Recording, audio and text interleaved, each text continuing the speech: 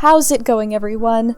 The day, or should I say the night, has come, and the Five Nights at Freddy's movie has been released to streaming services and theaters. And after spending 5 nights, 2 hours, at Frederick Fazbear's, I am shattered. My core has been shaken. Everything I once believed in is now uncertain. My trust has been broken, and it is all because of the vile lies of one man. And that man is Matthew Patrick. I cannot express the range of emotions that passed through my being when I watched this movie and saw the one and only MatPat in a diner dressed as a waiter. At first, I was too caught up in the fact that Mike's babysitter was working with the crazy aunt, so I didn't notice. But this man had me defending him, and saying this movie seemed like it would be underwhelming and would lack attention to detail. And then this? MatPat was on the verge of tears when he made the video in which he claims he wasn't invited to anything related to the film. How dare he play with our emotions in such a vile way. Okay, I'm exaggerating. And now that I've got that out of my system, we can turn our focus to the point of this video. Today, I'm going to be discussing my reaction to and thoughts of the FNAF movie, including some things you may have missed and what remains unsolved. At least, for now. Who knows? MatPat is likely to solve it before we even hear word of another FNAF movie or game.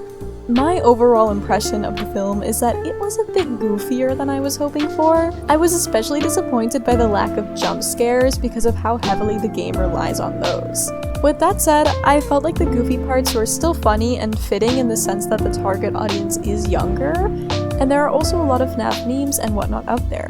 Though looking a bit deeper, there are a lot of references to the work that the FNAF fanbase has put into the lore, including the fan-made animatronic Sparky and Dream Theory.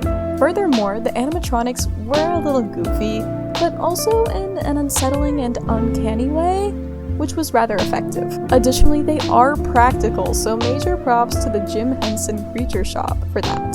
I thought the animatronics' actions also helped to sell the unsettling point, as they were, in a sense, unpredictable, going from killing trespassers to building a fort and lying in a circle with Abby, Mike, and Vanessa. That whole scene was honestly wild. My friends and I were just waiting for the killer animatronics to turn on Abby and the others, but no, it was time to build a fort. Because of this goofy sort of undertone, I really wished the fight at the end with Afton had been more elaborate. There were a lot of "together, we are FNAF" jokes running around before I watched the film, so I was hoping for an all-out animatronic fight where the gang would team up and take out Afton and trigger the spring locks. And we just kind of got a dulled-down version of that. I also wished the dialogue or character relationships had been better at times. Some of the conversations felt out of place or just unrealistic. A few key moments that I found particularly strange include when Vanessa became aggressive randomly and sternly told Mike that she'd shoot him if he brought Abby back to Freddy Fazbear's. Also, when Vanessa showed Mike the animatronics, he was a bit taken aback, so he stuttered and said, "This is," a couple of times. And then Vanessa just added, "The best thing you've seen in your life?" Like, no, Vanessa, it's creepy. It was as if the two of them were children and not full-grown adults. I also absolutely hated how Mike started talking to Abby in the pizzeria after he'd electrocuted the animatronics instead of running. It was a disaster waiting to happen. So when Abby told him that they should go, I was so happy. Like, finally, somebody who knows what's up. Get the frick out of there. Now, I just want to take a moment to elaborate a bit more on Mike. I have a love-hate relationship with this man. There were times when the character was so genuine, especially with Abby and his interest in taking care of and supporting her. It was so freaking wholesome. And then there were also times when this man would not shut up about the kidnapping of his brother that occurred like 13,000 years ago.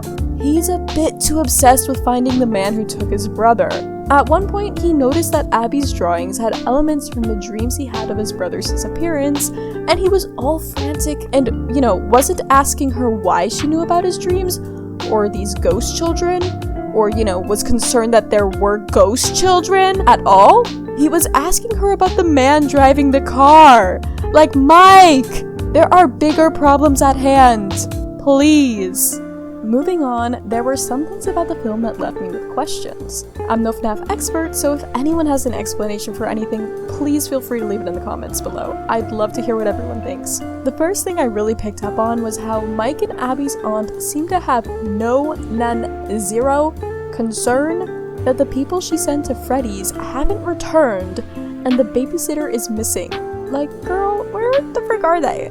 I get that she's an ass, but shouldn't she be a little bit more concerned? And later on, we never really know what came of her after she was supposedly knocked onto the ground by Golden Freddy in Abby's house. Additionally, Golden Freddy in Abby's house? My knowledge of the games is very limited, but I do not recall an ability to leave the pizzeria. So maybe his presence is a result of Abby's imagination? I also thought it was strange that the animatronics killed people during the day in the film, but after looking it up, it seems like that is possible based on the game, and that we as the night guards are safe after 6 AM because our shift is over. And as a final note on my thoughts, when MatPat appeared, I felt so betrayed that I started to think Markiplier talking about his schedule not aligning was a lie as well, and that he would appear later on. And he didn't. And that was sad. Overall, I really liked the film. It was nice to watch with my friends and make connections to something that was a huge part of the side of the internet that I grew up with. I thought the goofiness was on par with the subject and was bizarre enough to be funny. I'd give this movie like 3.5 out of 5 stars. Now, my friends are avid FNAF fans and noticed many more references to the games, books, and community than I did. So I'm going to briefly talk about them for others who are in the same boat as me. First are the Sparky references. Sparky was a sort of like urban legend for the FNAF community, and it was said that an animatronic named Sparky the dog would appear and kill players under specific circumstances. Of course, this never turned out to be true, but the film paid homage to the legend with a coffee shop called Sparky's in which MatPat worked as a waiter, and with a Sparky animatronic suit in one of the backrooms at Freddy's.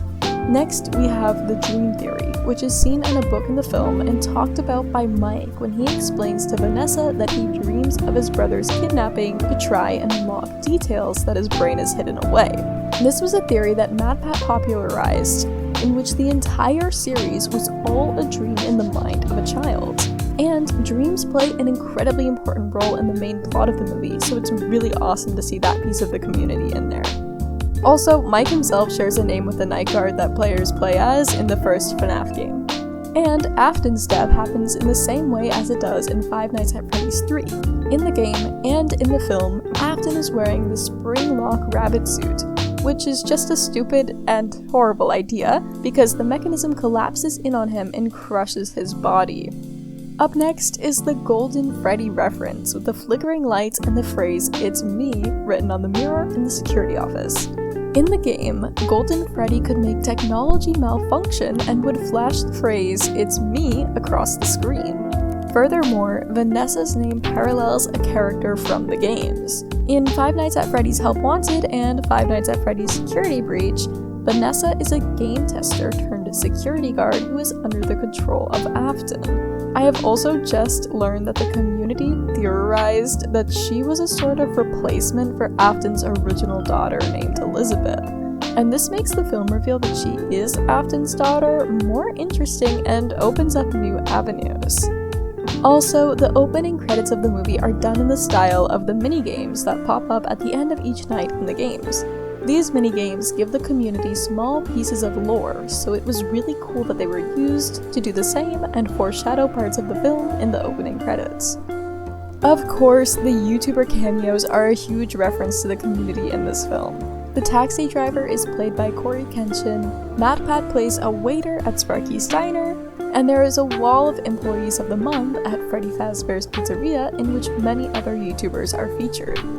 Now, in the games, there is someone who is known as Phone Guy, who gives players information on how to play the game, and in the film, Steve Raglan, the man who helps Mike land a job at Freddy's and who turns out to be William Afton, could be a reference to Phone Guy from the games. Also, in his first appearance, Raglan is wearing a purple tie, foreshadowing his role as the purple guy, who is Afton. Finally, the end credits feature a FNAF song by The Living Tombstone that is very popular within the community. And after the credits, the sound of a music box belonging to an animatronic from the second game called The Puppet is played, followed by a voice saying, "Come find me," which could allude to the puppet and others showing up in a potential sequel.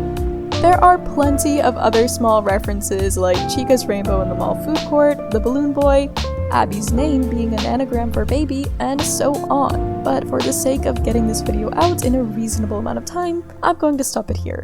Anyways, I hope you all enjoyed today's video. If you have any thoughts to add or movies you'd like me to take a look at next, leave a comment below. Also, please consider leaving a like and subscribe to support me. As always, be good people, love others, and love yourselves. Peace.